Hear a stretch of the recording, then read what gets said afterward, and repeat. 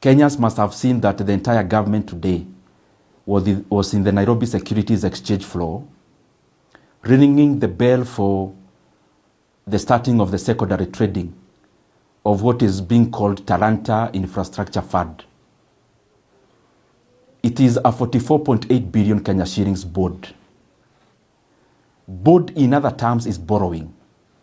When government borrows, it can do treasury bills, it can do bonds, which are either short-term or long-term. Now, since on the side of the book that we already know for government debt is already overstretched, now the government is coming up with these kind of facilities so that we do not seem like our debt is growing, whereas we are basically having another secret book of debt. One secret book was fuel levy. The second secret book, of course, is now this one for Talanta, at the behest of, or under the auspices of the sports fund. What is it? The Kenyan government is borrowing today, or has already borrowed, 44.8 billion Kenya shillings. That money is money to be spent today, but to be paid by Kenyans through taxes, and especially around betting and gambling, for the next 15 years, because most of the taxes or the revenue for the sports fund come from those two kind of areas. So we are spending revenue for the next 15 years today, so that we get political capital out of it today. But Kenyans will pay that loan for the next 15 years.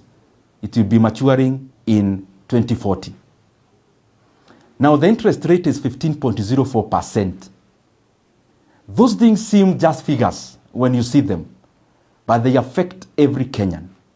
Because at that rate of 15.04%, it means bonds that are paid semi-annually after every 6 months, the government will be paying from the sports fund around 3.4 billion Kenya shillings after every 6 months.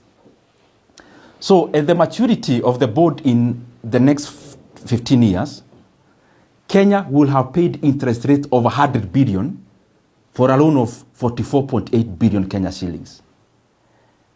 And I'm here wondering, if that cannot make us angry as Kenyans, then what would? Because we are basically mortgaging every stream of government revenue, like Kenya is going anywhere. Kenya will still need a sports fund for the next 15 years. What is the urgency of rushing to overburden the country with a 44 billion loan, which upon maturity will be paying more than double on interest rate alone?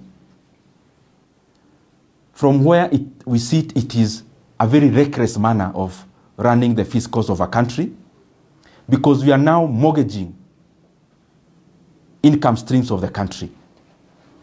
And I can tell you without blinking of an eye that these kind of mechanisms you see, the experienced officers in the National Treasury do not even support it, including the fuel levy securitization. It is only the excitement of some people who are now putting our country in this kind of risk. Any experienced economist, even in the National Treasury, and I'm saying it having been in close interaction, do not support this kind of recklessness.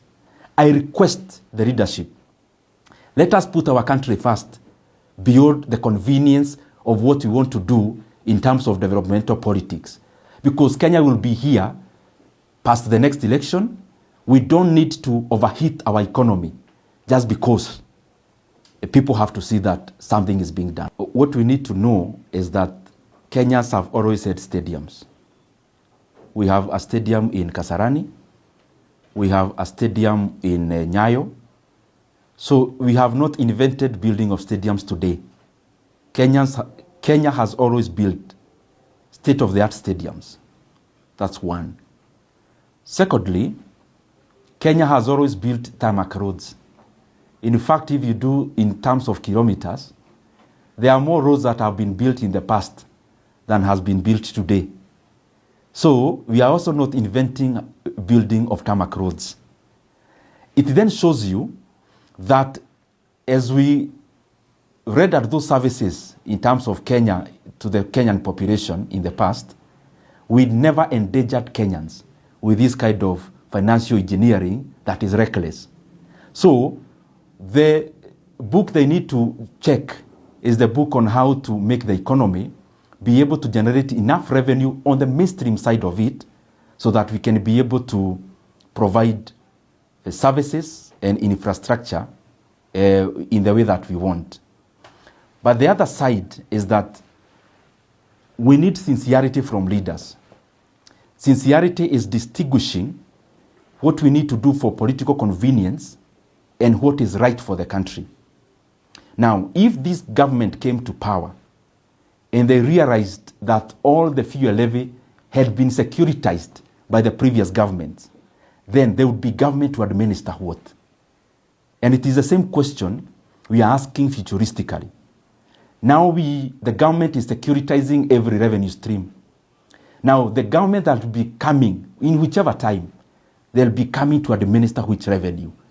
The revenue you've already taken loans, borrowed, and misused, or where will this revenue again